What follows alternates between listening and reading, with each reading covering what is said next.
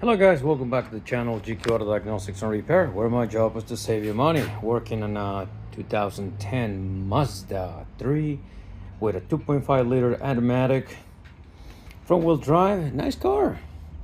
However, customer complaint is that when it goes over bumps, have a lot of rattling noise, and he just wanted look at the rattling issue here.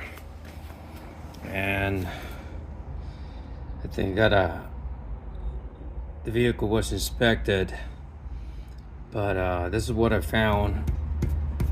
Okay, you see this wire here? This hardware spring, it's now there. There you go. That's the mysterious noise. So that wire, keep it nice and tight, prevent it from vibrating or rattling. I hope this helped.